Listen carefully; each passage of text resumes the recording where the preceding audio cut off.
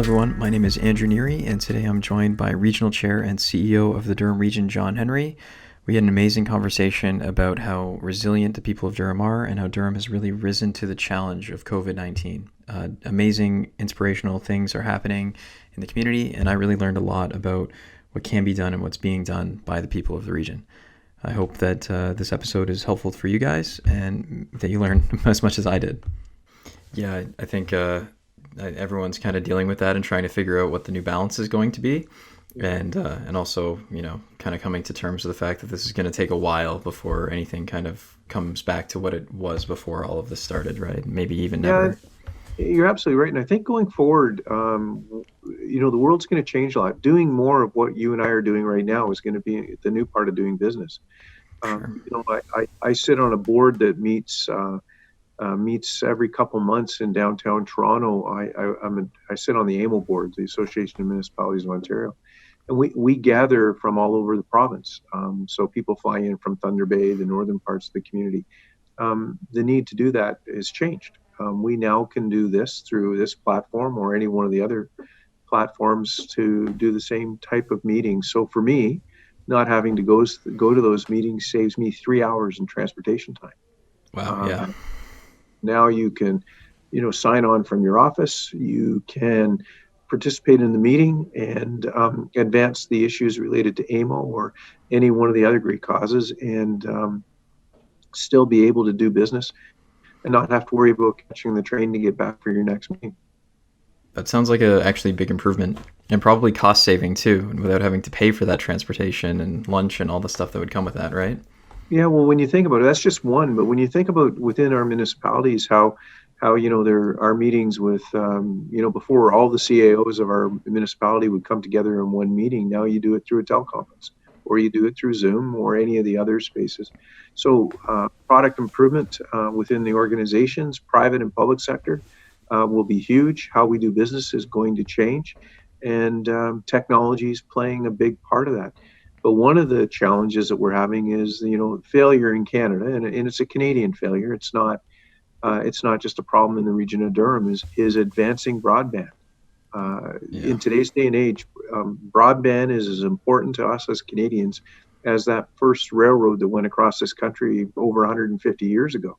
So those are the things that we need to look at. And when we come out of this, and we will, there is a light at the end of this tunnel. But when we come out of this, the way we do business going forward will be very different than the way we did business 6 weeks ago. And when you think about changes, usually it takes, 10 years, 15 years, 20 years, depending as technology changes, to advance communities. Now you're having changes really that affect the residents and how we govern, how we do business, almost on a daily basis. It's that new app. It's who would have thought that Zoom would have taken off the way it has, or any of the other social media chat lines, Facebook, or not Facebook, but FaceTiming, MySpace. There are a number of other apps out there that you have to be, you have to adapt and change. I was in a meeting with Mayor Tory the other day on a new platform, and within a couple of minutes of signing on to that meeting, realizing that I didn't have that technology, being able to download it to my computer in my office, being able to activate it, and being able to jump in and participate in a conversation within a few minutes is now the new norm. And it's exciting times. It's really how we're going forward for young people today in school, coming out of universities and colleges. They are going to be the next change agents for this country. Apps are going to become a big part of what we do, and I look forward to the future. It's exciting times, and thank you for the opportunity to talk about some of the really good things that are happening within a very sad time in this country. Thank you for being willing to talk with me about it, because I think it's an important mission right now to spread the good news and also kind of the positive things that are coming from this, because there is so much of that negativity going on anyways, right? So having that counterbalance is important, and the things to look for and to change positively about your life. Well, you're absolutely right. So this is probably the most challenging times that we've had in this country since World War II. And when you look at what's going on and how we've come together as a region, as a nation, how our common goal at all four levels of government is the health and safety of our residents and making sure that they're okay. And then at the same time, we've got it's graduation time. Um, the end of April, 1st of May, all these brilliant young people are graduating from colleges and universities. We're really lucky here in Durham Region that, we have Ontario Tech and Trent University and Durham College. And, there's about 5,000 young people that are going to graduate from school this year, and they will graduate.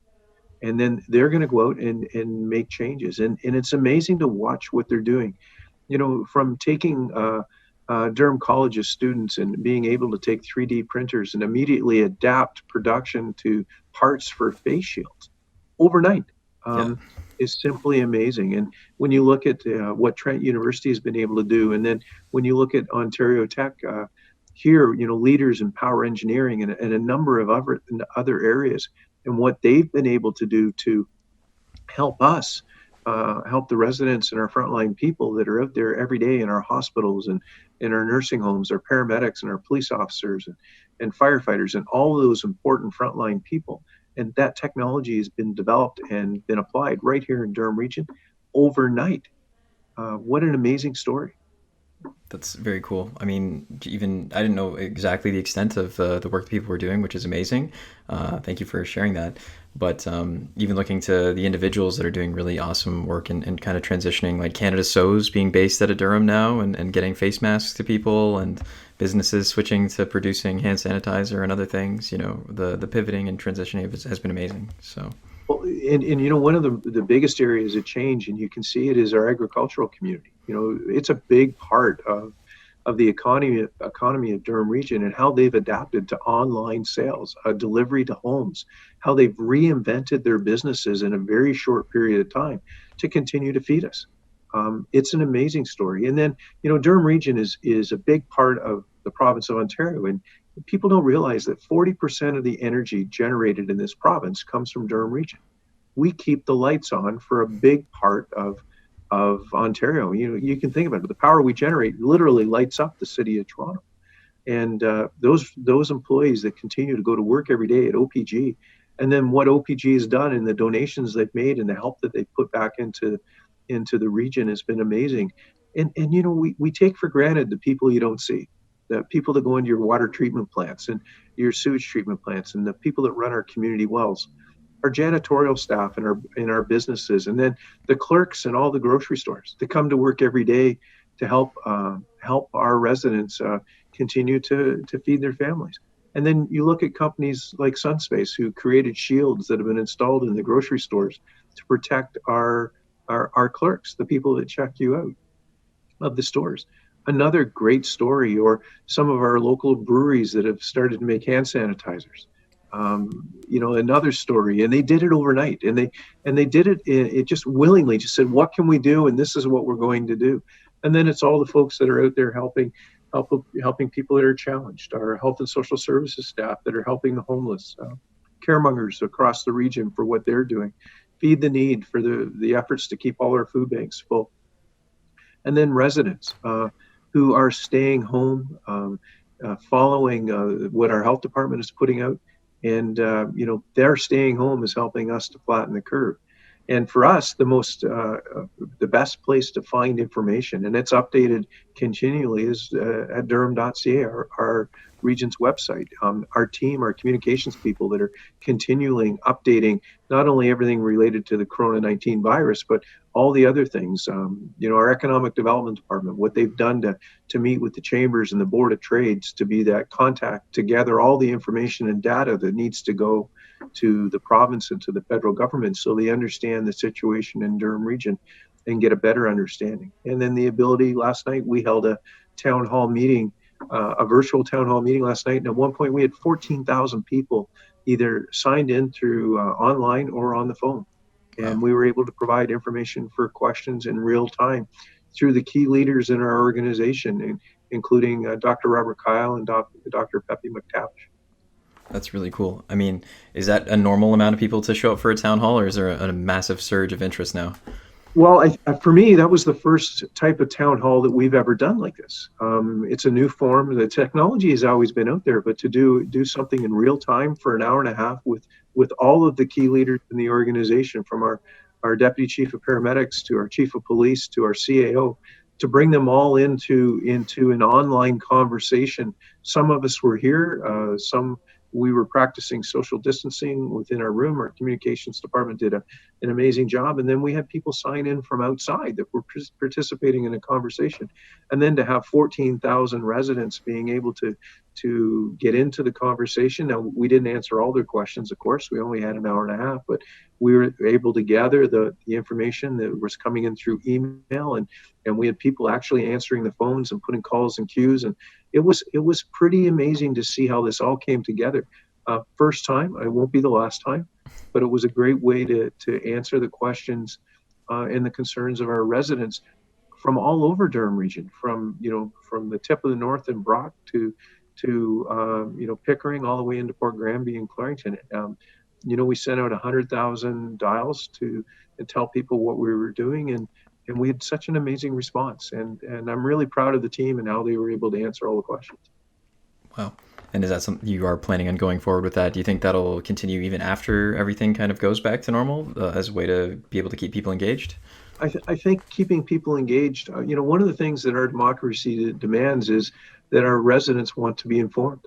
That is a big part of why Canada is so different than any other country in the world. And here is just another way that we can work together with our residents to get the information out. And that's key, making sure that they're informed and they understand.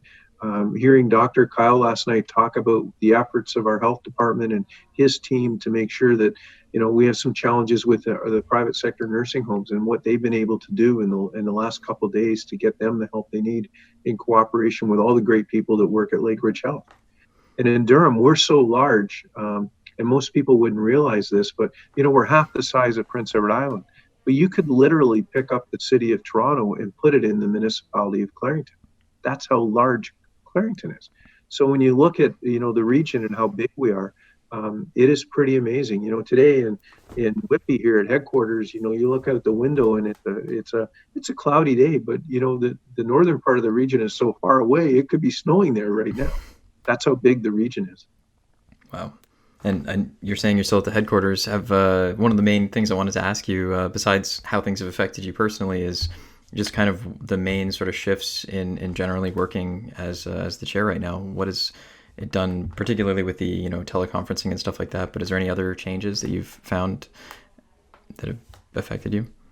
Well, it is, and I'm one of these people that realizes that the broadband capabilities are not sufficient in the region. I live in the middle of Oshawa in a developed area, and I'm not able to do a Zoom conference from my home.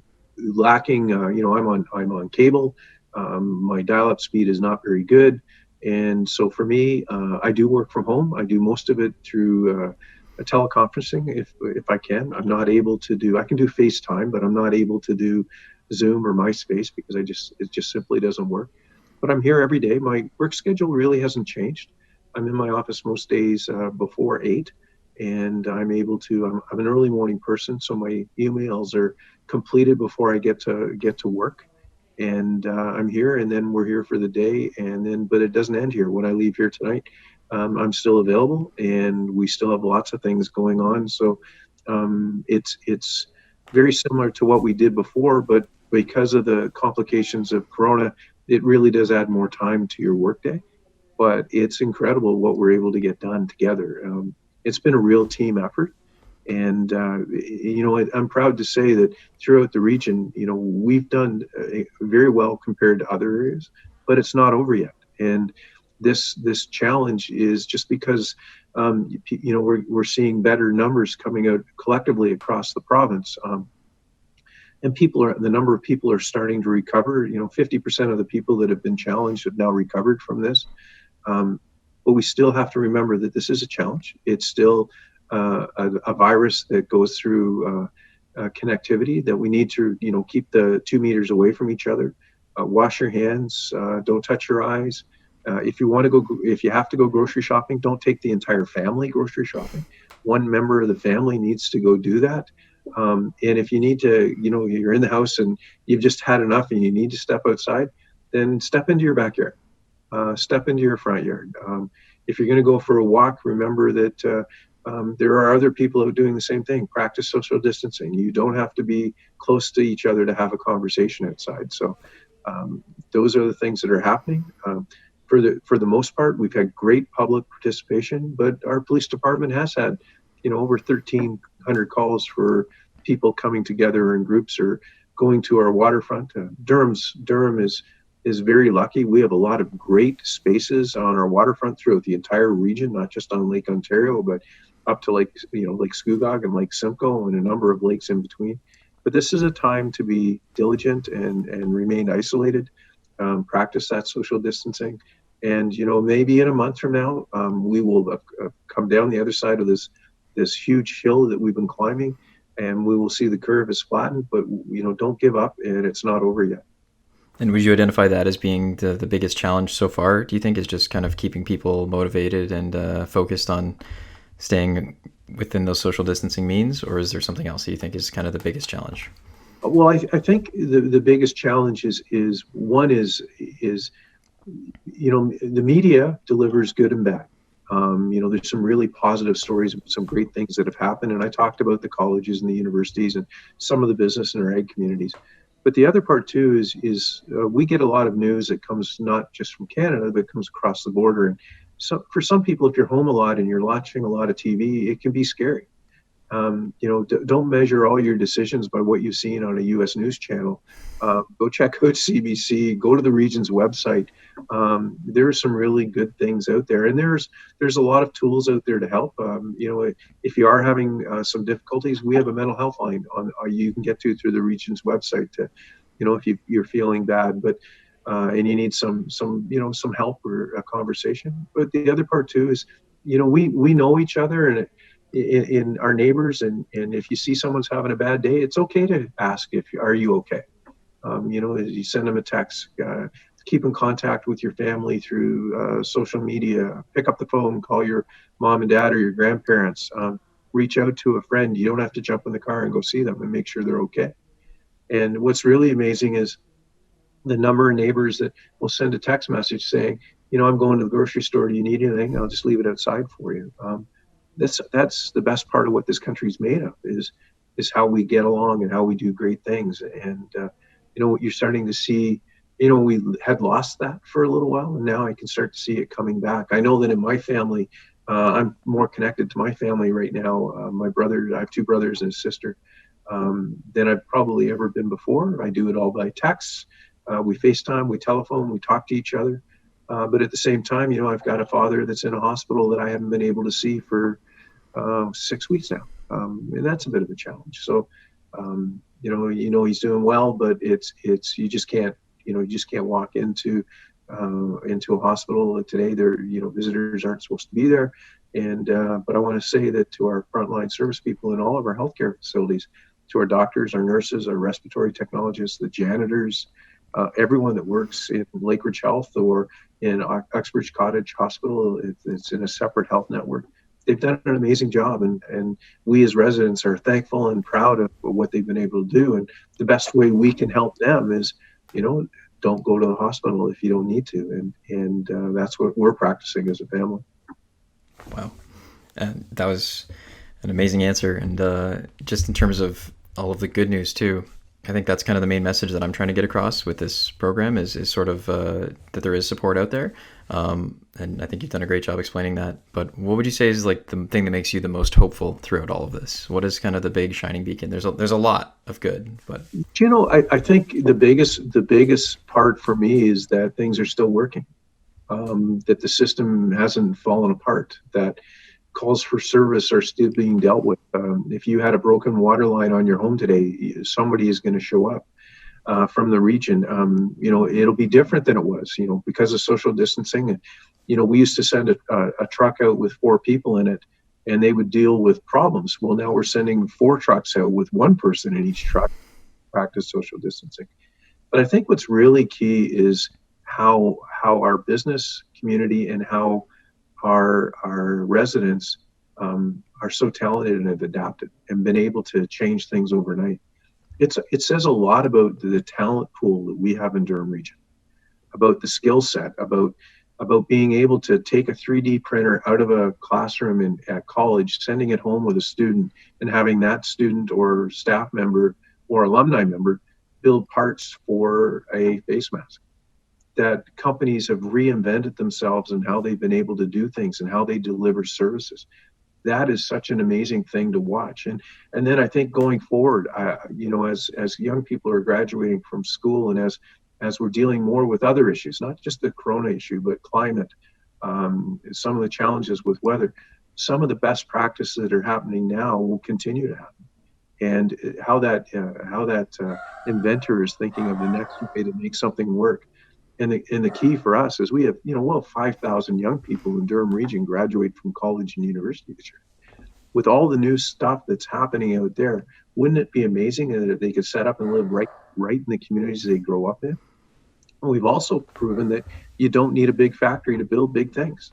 That sometimes things are being built in garages and basements that are amazing. And 3D printing technology has come so far, and it's been amazing. And then to watch, our agricultural community and what's going on there. But this is the start of spring planting, and it's also the start of crops. So shortly the first crop generally out of the ground in Ontario is asparagus, and that's starting to happen now. So for young people that are worried about not having a job this summer, look to our agricultural community. I know that you might have wanted to work at a municipal pool or someplace different, but there's nothing wrong with going back to the farm and spending a summer working there. And the crops will be ready.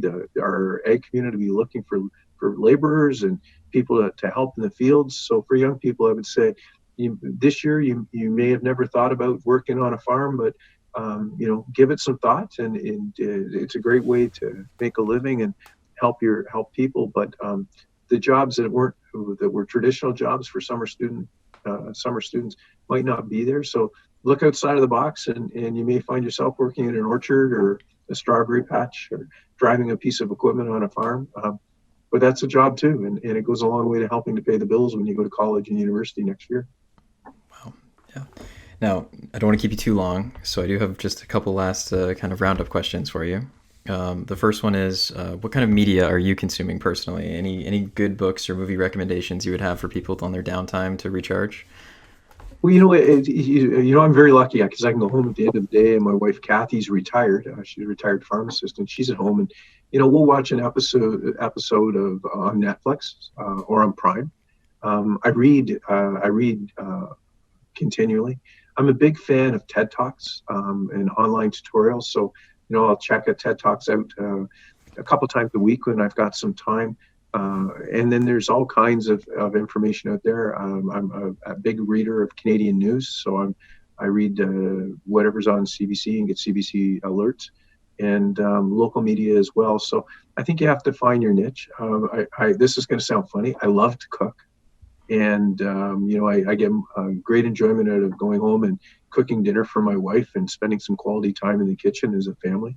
And then my daughters and I have two daughters. One is at McGill, but she's out of school right now, but she's doing her last exam online, which is pretty amazing because McGill is in Montreal and she's in Petawawa. She's in the military. And my other daughter's a speech pathologist working in Peterborough. That we start our morning off every day with a text to each other, "Good morning, family," and then what's the story for the day, and we send quick little video clips to each other. We say hi. We'll FaceTime dinner in a group, and so you can still stay in contact. It's a great way to do that. I encourage, if you can, if you've got grandparents that aren't tech savvy, but your kids are.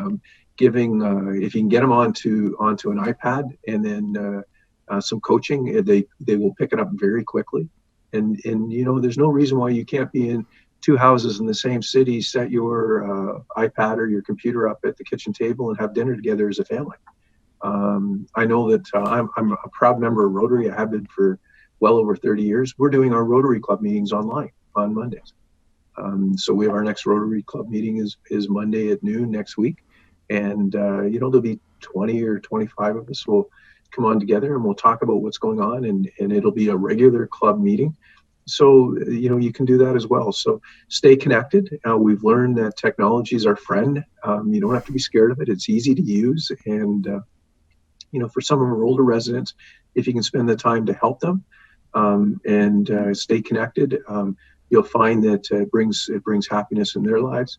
Yesterday, it's an amazing story. I'm sitting here in my office and my phone goes off, and I've been very lucky in my life. I've had people that invested a lot of time in me, and the person that invested time in me when I was very young and I got my first trade is like my adopted dad. My phone rings, I look at it.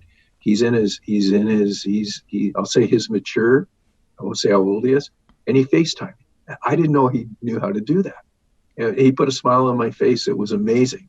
And now that I know that he can do that, I'm not going to phone him anymore because I check on him at least once a week to make sure he's okay. I'm going to FaceTime him, and we're going to have a conversation and maybe share a cup of coffee, but it'll be face to face, but it just won't be in the same room. Wow, that's very cool. And I definitely was concerned initially too with my grandparents being able to adapt to being able to use the new technology so that we could communicate. They're isolating in Scarborough right now, which is kind of far away for us, and we were worried about being able to see them. So having them learn how to use FaceTime was very cool. So it's kind of a testament to how easy the technology has gotten. Yeah, and your grandparents, they want to see you. They want, it's one thing to talk to you, but doing what we're doing now is key. And you can see your expression, and you can see in their eyes, and when you're talking to them, if they're struggling now, then you'll be able to see that through their expressions, and you'll be able to help them and get them what they need. And some of the other services are there. You would have never thought you could, go online and order your groceries and have them delivered to your house from a farmer somewhere in Durham Region, but that's all happening right now. What a great story! Wow. Okay, and the second last question is, what would you just kind of? There's been a lot to take away from this. What would be the key thing you would tell people to pay attention to or to do as this continues? Well, I would suggest that you listen to the medical officers of health in the province and in the region. That we're all in this together. It doesn't matter where you live in Canada. This is something that's affecting all of us. So listen to our medical officers' houses. Keep social distancing. Make sure you wash your hands. Don't touch your face. If you have to go out, don't go out as a family. Just go out as one individual. And we'll get through this together. And doing social distancing and doing all of that, we're doing it as a team. Every person in this country is part of this team to eliminate this disease, this virus. And we're all in it together. So for me, if I could pass on any message to the residents, I can say there's a light at the end of this tunnel, whether it be a month or 2 months down the road. But we've come this far together, and there are people out there every day working in hospitals and healthcare centers and nursing homes and keeping the lights on, water and sewer plants, in our farmer community and first responders that are making our lives better. And the best thing that we can do for them is stay home, stay safe, and look after your family. Wow. Amazing. Thank you very much. The final question I have for you is actually one that has been recommended that I should ask, which is, who do you think I should speak to next? Who else do you think people should hear from during this? Well, you know what? If you really, I would think if you could reach out to any of your MPPs or MPPs, I'm sure that if you could find an exciting person who's really taken over technology, or a business that has converted their business to making hand sanitizer from beer, someone who can tell you the positive message of what's going on. If you could reach out to Ben Earl at Feed the Need, who's been doing an amazing job keeping our food banks full, they would all be great people to talk to. Locally, I'm not sure which municipality you live in, but talking to the mayor of the community that you're in and what they're doing, I'm incredibly proud of all 8 mayors in Durham Region and what they've been able to do with their staff and their teams. And then a health professional, somebody, whether it be our medical officer of health or a doctor or somebody from the hospital to talk about the importance of what we're doing. When you go on to CNN and you see the beaches full in Florida, that is not the best way to defeat this virus when you're trying to practice social distancing. And sometimes having, like last night, Dr. Kyle explained the importance, or Dr. McTavish, of about social distancing and what we're doing. So, find that key person that you see. It could be, the president of UIT or Durham College or Trent would be great contacts. I know that, we're not really thinking about it now, but there's another school year that's going to start in September. There'll be a group of people graduating from high school that will want to go to college and university next year to advance their needs, their skills, and the future leaders like yourself, the people that will run this country just a few years down the road.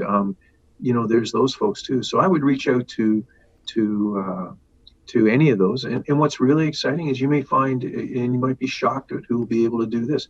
Remember, we don't have to travel to do this anymore. So to have an MP or an MPP, maybe even if you could get to the right person, you might even get the premier. He might give you that 15 minutes that you're looking for because he doesn't have to leave his office. He doesn't have to drive to get there. And by doing it this way, we're saving all kinds of time. If we had to meet today, I would have lost 2 hours. Instead, I've had 20 minutes to have a great conversation about what's going on in the region with you, Andrew. And I just want to say thank you. Thank you very much for joining me and being willing to share this. I mean, it's awesome. So I appreciate you and your time for this interview, and I hope you have a good rest of your day. And it's an amazing day. There's so many good news things happening on top of the challenges, and the good news stories are outweighing the bad news stories right now. But I look forward, if you ever want to chat again, I make that available. And thank you for doing this today, and thank you for helping to keep the message positive that we're in this together. And if you stay home and stay safe, we'll beat this and flatten the curve. Awesome.